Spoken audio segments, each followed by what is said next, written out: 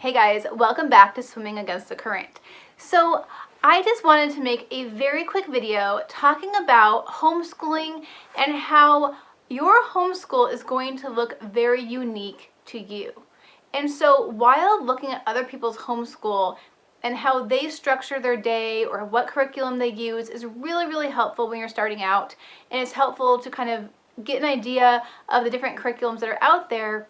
Just know that most likely trying to copy another person's homeschool day or their routine or their curriculum choices to a minute detail probably won't work as well for your family as it does for theirs.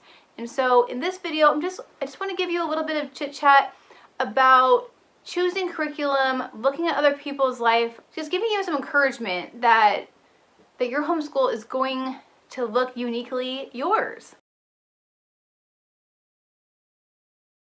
I know right now we are in homeschool planning mode. Maybe your kids have come home from school and you've decided to homeschool next year. Maybe you have been using Seton. A lot of people use Seton and then decide, okay, I've gotten my toes in the water. I've kind of figured out this homeschooling thing. I don't really want to keep using Seton for whatever reason. It's a lot of work to have multiple children in Seton because it's so many books and all the subjects are individualized. So I can see a lot of people coming to a point where they want to bring their homeschool to a place where they can maybe teach multiple subjects to multiple kids, right, at the same time and lessen this all-day workbook situation. So there are a lot of ways to do that, and every single homeschool is just going to look really unique. So I really just wanted to encourage you that while it's easy to look at how somebody else does homeschool, and I know there's so many websites and blogs and Instagram and Facebooks where people lay out, this is exactly what I use. It's easy to say, okay, well, I'm just going to use exactly what she uses with her kids for my kids, and then that's going to be what I do. But I would encourage you to take a step back before kind of jumping into somebody else's homeschool plans.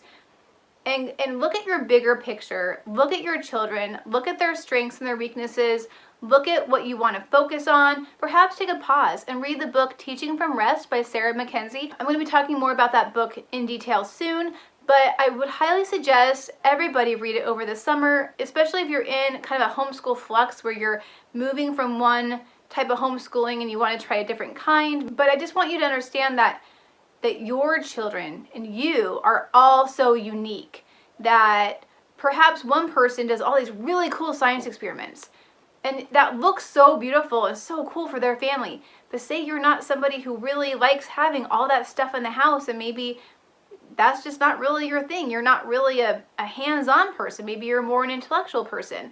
And so, while maybe one experiment every so often is fun, creating a homeschool around that, even though it looks beautiful, wouldn't work for you.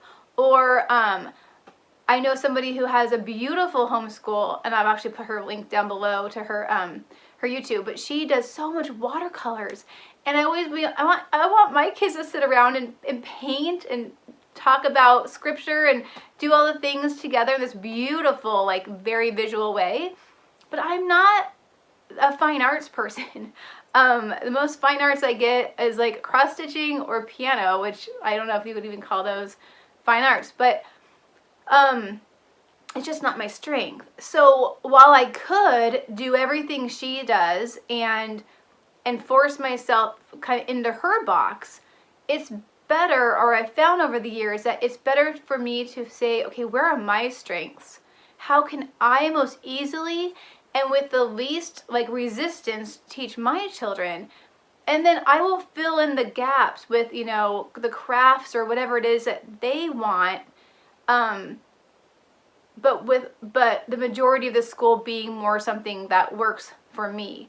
So it takes time, and unfortunately it takes money, because it takes kind of dipping your toes in different curriculums to kind of see where you are best at.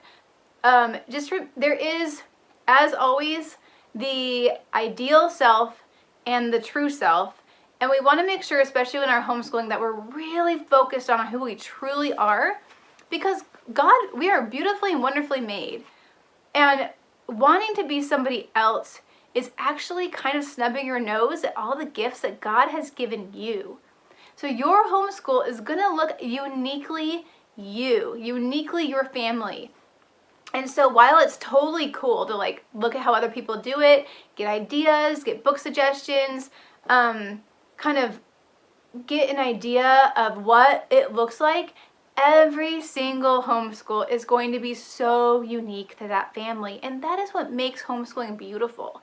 I've been homeschooling for 5 full years now, and I can't tell you how many things I have bought wanting them to work and giving them the actual effort, you know, because they say you should use a curriculum for about 6 weeks before you decide it's not working for you. I've spent hundreds of dollars and been like, I don't really like doing this. The kids don't really like doing this. Now, that doesn't mean you have to get rid of the curriculum, because it might be in a year. Everyone's in a different place and you can pull it back out. My hope in recording this video is to give you some peace, because it's so fun to buy curriculum and it's so exciting. And when you find somebody that looks like they're doing a beautiful job, you can easily say, well, I want to do all the things that she's doing. And you can, totally. But just be careful, because sometimes it won't work the way it works with their family. And then perhaps you're at square one again because you've tried to fit yourself into somebody else's box. Does that make sense? So let me know in the comments what you think. I'm filming on my phone today, so I'm hoping the quality isn't terrible. And but I wanted to get this out there for you guys, and I look forward to putting more videos like this on YouTube, on this channel. Tell me down below what your plans are for the summer, if you guys do any kind of schooling over the summer. I know some of you are year-round schoolers, others take huge breaks, some do like a summer school. So let me know down below, and let me know also what kind of videos you'd like to see on this channel, and I will talk to you real soon. Bye!